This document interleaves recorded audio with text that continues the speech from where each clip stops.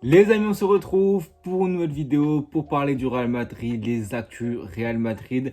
J'avais dit que j'allais poster la vidéo hier directement un jour après le match contre Osasuna, mais j'ai trouvé que ça manquait un peu de matière, ça manquait un peu de news et la vérité. J'ai pas envie de faire des vidéos pour faire des vidéos, j'ai envie vraiment de faire des vidéos où il y a des trucs à dire, où il y a des choses à parler, à débattre, etc. Là, il y a eu des choses qui sont sorties aujourd'hui, des statistiques concernant Echen Carreras, Kylian aussi, la conférence de presse de Xavi, une news concernant Courtois et la plus grosse concernant Rodrigo. On va commencer directement par la première, par Rodrigo, parce qu'une breaking news est sortie hier en disant que Rodrigo serait vendu par le Real Madrid selon des sources internes du club. Les dirigeants ont ouvert la porte à son départ, évidemment direction l'APL, et Rodrigo n'a jamais explicitement demandé au club de partir. Le feuilleton Rodrigo, tant que le 31 août, ça n'a pas sonné, il va jamais s'arrêter. On a eu des choses comme quoi Rodrigo allait partir. On a eu une news au-dessus qui disait que Rodrigo ne veut pas partir et que le Real ne veut pas le vendre.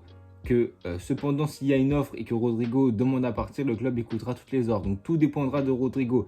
Et on a Xabi en conférence de presse d'avant-match qui nous assure qu'il compte à 100% sur Rodrigo et qui en après-match nous le redit encore une fois. Il n'a pas fait jouer dans ce match-là, c'était sa décision, c'est ce qu'il a dit et il le fait totalement confiance. Et des sources nous ont dit que contre Osasuna, il aura du temps de jeu et que son match contre Osasuna déterminerait beaucoup de choses. Et on sait que si offre il y a pour Rodrigo, j'en ai déjà fait une petite capsule pendant la vidéo Actu Real Madrid de la dernière fois, que s'il y a offre pour Rodrigo, ça sera Manchester City. Clair, net et précis, c'est un profil que Pep apprécie énormément. Tottenham s'est fait shipper Eberechi Eze, donc ils vont fortement, je pense, se pencher sur Savigno, ce qui ferait que ce côté gauche de City, t'as encore Doku, mais qui se blesse aussi énormément. Donc Rodrigo sera un atout extraordinaire pour Pep. Je pense que c'est un joueur qu'il apprécie énormément. Il lui a fait beaucoup de mal, il a aussi fait beaucoup de mal à d'autres équipes. Et Rodrigo est un joueur qui est formidable et je pense que c'est une piste idéale. 110 millions d'euros, je pense que Perez le lâcherait. Mais tout est dans les mains de Rodrigo à l'heure actuelle. S'il veut rester, s'il pense que dans le futur, il aura plus de temps de jeu, parce qu'il y a beaucoup de matchs, parce que du turnover, pas comme avec Carlo, là vraiment, si tu n'es pas bon, tu ne joueras pas. Xabi n'a pas arrêté de le dire pendant son arrivée, après les matchs, etc. Le 11 n'est pas défini. Il n'y a aucun joueur qui a sa place dans le 11 définitivement. Il faut se battre pour l'avoir, mais surtout pour la garder. Alors, est-ce que c'est un discours de façade? On n'en sait rien évidemment. Est-ce qu'il aura la capacité, est-ce qu'il aura le courage, on va dire, pas de se mettre à dos, mais de mettre un Vinicius sur le banc, de mettre un Kylian sur le banc pour le reposer, ou s'il n'est pas bon, même si je pense que Kylian en reviendra après, il va faire une grande saison. Est-ce que, par exemple, Vinicius qui est en méforme depuis 6 mois, est-ce que même un an, est-ce que Rodrigo, il pourrait prendre sa place de titulaire, mettre Vinicius sur le banc quelques matchs pour raisonner Vinicius, peut-être le reposer, je ne sais pas, mais avoir un Rodrigo sur le côté gauche qui combine avec Mbappé, ou alors pourquoi pas, parce que c'est très compliqué quand tu n'as pas de vrai neuf, tu mets Rodrigo à gauche, Mbappé à droite et Gonzalo Garcia en tant que numéro 9, si tu veux jouer avec une attaque à 3 en 4-3-3, pour pas mettre aux deux sur les côtés, de créer beaucoup de dangers, d'être assez remuant, mais d'avoir tout de même un numéro 9 qui décroche, qui dézone, que tu peux combiner, que tu peux jouer avec, mais qui aussi peut reprendre les centres de Rodrigo, de Kylian, de Trent notamment, parce que Trent, sa qualité première, c'est les centres, et quand il fait des centres à Mbappé, on sait très bien que Kylian ne mettra jamais la tête pour finir, donc ce sera important de varier les choses, je pense, contre des petites équipes, et surtout si tu veux jouer à 4 attaquants, enfin à 3 attaquants plutôt, parce qu'on a vu pendant la Coupe du Monde des clubs que tu jouais à 2 attaquants, ça marchait extrêmement bien, parce qu'au milieu de terrain, tu avais un joueur de plus qui te permettait de bien presser, tu avais tes pistons qui étaient quand même assez hauts. Là, à 3 attaquants, c'est quand même très compliqué de coordonner le pressing, alors qu'à 2, c'est quand même un petit peu plus simple. Enfin bref, ça on verra plus tard avec ce que Xabi va te demander, mais pour moi, Rodrigo, je ne vais pas m'éparpiller encore plus là-dessus, parce que je le dis assez. Si on vend Rodrigo, pour moi, ce sera un terrible échec, j'abuse quand même. Et moi, je vous l'ai dit, je le dis plus. Ça fait plusieurs fois que je le dis. Sur TikTok, j'ai ma vidéo en épinglé. Le plan du Real Madrid, pour moi, je le dis, c'est que Rodrigo reste au Real Madrid. Vini, l'été prochain, est vendu parce qu'il ne reviendra jamais à haut niveau. C'est pas ce que je pense, je précise évidemment. Si je me fais une projection, Rodrigo finit par. Rodrigo va sur le côté gauche. Ou alors, si Rodrigo part maintenant, Perez est assez fou pour prendre Haaland, le mettre en neuf, mettre Mbappé à gauche et mettre à droite Massantono ou Arda Güler ou j'en sais rien. Et je pense qu'on se dirige vers l'été prochain. Je pense que le Real fera un mercato XXL. Ça ne dépendra pas forcément du départ de Rodrigo ou pas. Mais par exemple, si tu voulais vendre Rodrigo à l'heure actuelle pour avoir de l'argent et prendre un milieu de terrain, Perez, en tout cas, on aurait su que Perez a dit qui n'avait pas assez de milieu, qui était compétitif, qui correspondait à ses envies, à ses besoins. C'est pas un problème d'argent, c'est peut-être un problème de profil. Mais quand je vois un Reinders qui aurait coûté que 50 millions, quand je vois un Zubimendi qui est pas dégueu, quand je vois peut-être des Stiller, des Kimmich et tout, je me dis qu'on aurait peut-être plus penché sur un milieu de terrain. Enfin bref, c'est des débats qui sont parallèles. Mais bon, Rodrigo pour moi doit rester au Real Madrid. C'est un excellent ailier gauche qui peut faire beaucoup de mal, que ce soit dans la rotation et même en tant que titulaire, dans la complémentarité avec Kylian, dans le pressing et dans les efforts défensifs. On passe directement à Alvaro Carreras qui évidemment a fait grande sensation contre Osasuna, le meilleur joueur avec Eusen.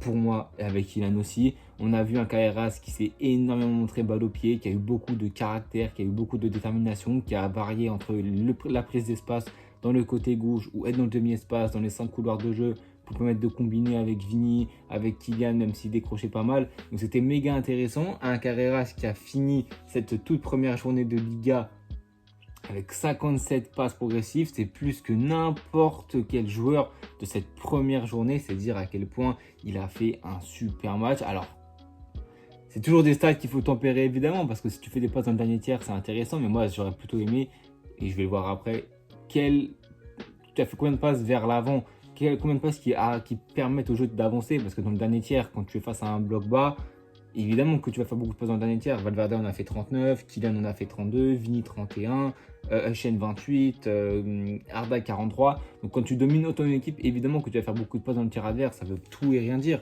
Mais ça prouve à quel point ce joueur est doté d'une très grande qualité balle au pied. Je l'ai dit dans ma vidéo sur Carrera, j'étais sûr que son adaptation allait être éclair parce que je trouve que c'est un milieu, enfin que c'est un latéral, un piston qui a énormément de caractère. On l'a vu quand Vini ne lui faisait pas la passe, il n'était pas en train de gueuler, mais tu vois, qui montre des choses, qui dit ah, t'aurais pu me la mettre, t'aurais pu faire ci, ça. Il se cache pas, c'est une chance de sa vie, après Benfica, de faire ce step-là, dans un poste où il n'y a pas beaucoup de concurrence. T'as un Fernand Mendy qui revient tout juste de blessure, t'as un Fran Garcia qui est intéressant, mais quand tu vois la qualité de Carreras qui nous a tous conquis, au bout d'un match, tu te doutes que Fran Garcia sera limogé sur le banc, évidemment. On sait très bien que la concurrence, ça sera Carreras, Garcia, Mendy. On verra qui sera vraiment mis en concurrence. Mais moi, j'aurais aimé voir un Mendy un Fran pendant la concurrence. Mais Carreras comporte toutes les qualités de ces deux joueurs. Offensivement, il a peut-être pas la vitesse de Fran, peut-être pas l'explosivité de Fran, mais la qualité supérieure à Fran. Et défensivement, il a l'air très solide. Alors, on sait que Osasuna, donc on n'a pas pu voir beaucoup ses qualités défensives, mais je sais qu'à Benfica, il a fait quand même de très gros matchs défensivement dans les courses. Il est très rapide, très fort, très vif. Donc moi, j'ai aucun doute sur lui. Et quand je vois Eusen qui, avec Sergio Ramos, sont les deux seuls défenseurs centraux de l'histoire du Real Madrid à avoir réussi plus de 15 passes longues, donc plus de 85% de précision en un seul match de Liga, ça prouve que ce défenseur est encore une fois plein de personnalité, plein de qualité. Il a réussi 94% de pression de ses passes, Ramos 88 en 2018. J'arrive plus à la retrouver, mais il y avait une stat aussi qui disait qu'il était avec Rose les 3 seuls joueurs en Liga à avoir réussi 15 passes longues ou un truc comme ça.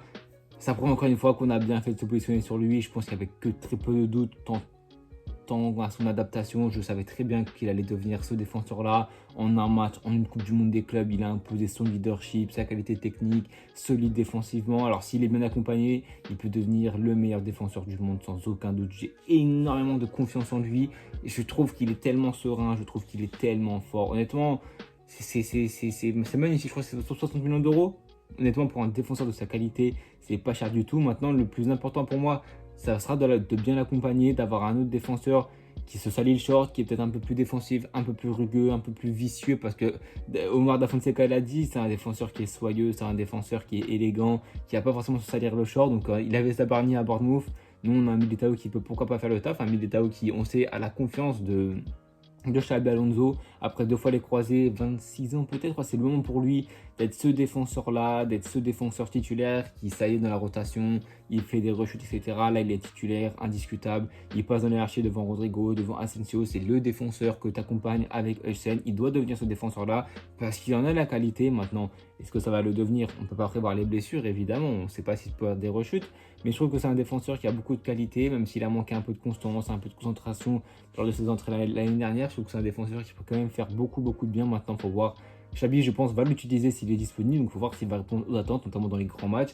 On a vu hier qu'il était très concentré, alors qu'il n'y a pas beaucoup de choses à faire. Et ça, c'est un très, très bon point positif. On a su ne pas subir beaucoup d'occasions hier. C'est le plus important. Maintenant, il faut voir, évidemment, dans la continuité d'une saison. Là, c'est qu'un match contre une petite équipe qui n'a pas forcément beaucoup attaqué. Donc, il faudra voir, évidemment, au fil de la saison. Et pour finir avec les stats, on a Kylian Mbappé qui est le meilleur buteur des 5 grands championnats en 2025 avec 30 buts en 33 matchs devant Dembouz avec 25 en 31 matchs.